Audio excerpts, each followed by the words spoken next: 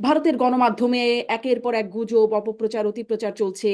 আহ, ভারতের সরকার, রাষ্ট্র, তারা নানান রকম বিবৃতি, বক্তব্য দিচ্ছে।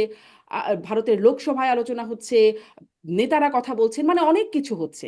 আমি একটু এটা এটা আপনাদের কাছ থেকে স্পষ্ট হতে চাই, ভারত আসলে কি চায়, কেন, কি উদ্দেশ্যে এইরকম এই মুহূর্তে এসে এই ঘটনাগুলো ঘটানো শুরু করছে বা এরকম প্রতিক্রিয়া দেওয়া শুরু করেছে? ব্যারিস্টার ফুয়াদ। ধন্যবাদ। ভারতের গত ৭৭ বছরের ইতিহাসে কিন্তু মেজর কোনো ফরেন পলিসি নাই। যদি দিল্লির জায়গা থেকে দেখেন, যে গত ৭৭ বছরে তারা শুধুমাত্র একটা ক্লোজ সাকসেস স্টোরি বলে হচ্ছে আপনার পাকিস্তানকে তারা ভাগ করেছে ১৯৭১ সালে।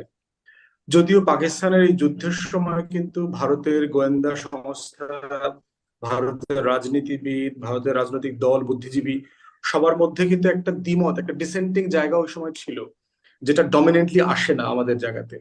সেই মতামতটা ছিল যে আমাদের এখন একটা পাকিস্তান, আমরা বাংলাদেশ বানিয়ে কি পূর্বে আরেকটা পাকিস্তান কায়েম করতে যাচ্ছি কিনা।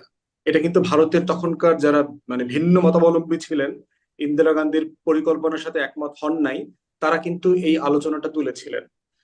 তো সেই জায়গা থেকে যদি আপনি দেখেন, গত ৭৭ বছরের ইতিহাসে ভারতের কোনো ফরেন পলিসি সাকসেস নাই। সব দিকে তাকান, চায়না বলেন, পাকিস্তান বলেন, আফগানিস্তান বলেন, নেপাল বলেন, ভুটান বলেন, মালদ্বীপ, শ্রীলঙ্কা, বাংলাদেশ, প্রত্যেকটা রাষ্ট্রের সাথে ভারতের সম্পর্ক হচ্ছে হস্টাইল। এখন প্রশ্ন হচ্ছে যে বাংলাদেশ, পাকিস্তান না হয় মুসলিম রাষ্ট্র, মুসলিম মেজরিটি রাষ্ট্র, সেক্ষেত্রে তাদের সাথে একটা বিদ্বেষ থাকতে পারে। তাহলে নেপালের সাথে সম্পর্কটা খারাপ কেন? এটা তো একটা হিন্দু রাষ্ট্র, যেটা অফিসিয়ালি বহু বছর একমাত্র হিন্দু রাষ্ট্র হিসেবে পরিচিত ছিল। শ্রীলঙ্কার সাথে কেন সমস্যা? তাহলে শ্রীলঙ্কা তো মুসলমান রাষ্ট্র না। ভুটানের সাথে কেন সমস্যা? তাহলে একটা মহল্লাতে যখন আপনার সকল প্রতিবেশীর সাথে আপনার সম্পর্কটা খারাপ থাকবে, তখন বুঝতে হবে যে ওই প্রতিবেশীদের এটা সমস্যা না, সমস্যাটা আসলে আপনার। কিন্তু সমস্যা হচ্ছে বিগ বুলিস টাইপের যারা থাকে, বিগ ব্রাদার অ্যাটিটিউড যারা থাকে, তাদের ভিতরে দেখবেন যে তারা একটা স্টেট অফ ডিনায়ালের মধ্যে বসবাস করে। দেখবেন যে হাসিনার যতগুলো ফোন কনভারসেশন লিক হয়েছে, সে কিন্তু কখনো ফিল করে নাই যে আমি আসলে কোনো ভুল করেছি, গত ১৬ বছরে আমার কোনো ভুল আছে। সে এইটা প্রত্যেকটা ফ্যাসিস্ট রাষ্ট্র এবং ব্যক্তি দলের একটা ক্যারেক্টারিস্টিক্স, যে I was right and the nation was wrong. তো সেই জায়গাতে ইন্ডিয়ার একমাত্র ভ্যাসেল স্টেট ছিল, যেটা মানে আপনি মানে বলতে পারেন যে আমার বাড়ির পাশের বাঁধা নৌকা, সেই ভ্যাসেল স্টেটটা ছিল বাংলাদেশ। এবং এটা সাডেনলি তার এই দুর্গটার পতন হয়েছে। এখন সে বোধ করছে যে গত ৭৭ বছরের আমার প্রত্যেকটা ঘাট, মাঠ, দুর্গ যা ছিল সবকিছু আমার হাতের চ্যুত হয়ে গেছে। তো সেক্ষেত্রে তার একটা ফ্রাস্ট্রেশন, তার ফিয়ার, তার ডিপ্রেশন, ফরেন পলিসি ডিজাস্টার সবকিছু তাকে একাকার করে ফেলেছে। এর সাথে একটা জিনিস ফিয়ার ফ্যাক্টর তার যোগ হয়েছে, সেটা হচ্ছে তার সিকিউরিটি সিচুয়েশন। তার আপনার সেভেন সিস্টার্স এর সিকিউরিটির ব্যাপারে সে বোধ করছো যে যেহেতু আওয়ামী লীগ এতদিন এখানে ক্ষমতায় ছিল, এটার অ্যাবসোলিউট নিয়ন্ত্রণ, কন্ট্রোল, অ্যাক্সেস সবকিছু সে করতে পেরেছে।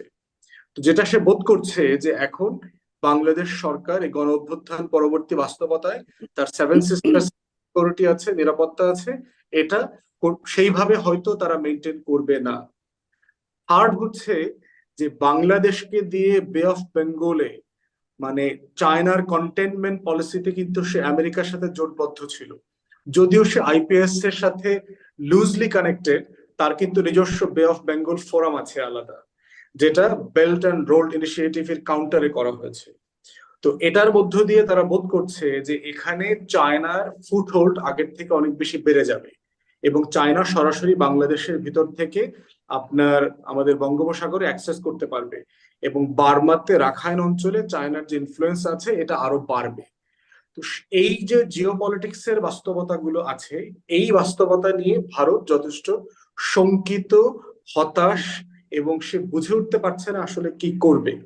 এবং এই প্রত্যেকটা ঘটনার পিছনে অজুহাত হিসাবে সে ব্যবহার করছে মাইনরিটি ট্রাম্প কার্ড। সংখ্যালঘুদের জীবন নিয়ে কিন্তু সে মোটেই চিন্তিত না। সংখ্যালঘুদের নিরাপত্তা, সংখ্যালঘুদের জীবন, সম্পদ, এগুলোর কোনো কিছু নিয়ে ভারত সরকার ন্যূনতম চিন্তিত না। কারণ সে সংখ্যালঘুতে বিশ্বাসই করে না, সে বিশ্বাস করে অখণ্ড ভারতে। যে ভারত মাতার একটা রাম রাজ্য হবে, যে রাজ্যের জন্য তারা কাজ করে যাচ্ছে। ততএব সংখ্যালঘু হচ্ছে এখানে তার একটা ট্রাম্প কার্ড, এবং এই ট্রাম্প কার্ডকে ইউজ করা, অ্যাবিউজ করা, মিসইউজ করা সে গত আওয়ামী লীগকে দিয়ে গত 16 বছর এবং তার আগের সময়গুলোতে এটা করেছে। এবং এই কার্ডটা এখন প্রফেসর ইউনূসের বিপক্ষে করাটা অথবা খেলাটা একটু জটিল হয়ে গেছে। কারণ প্রফেসর ইউনূসকে আপনি কোনোভাবে জঙ্গি অথবা ইসলামিক অথবা প্রো বিএনপি জামাত এই কোনো ফ্রেমে আপনি ফেলতে পারছেন না।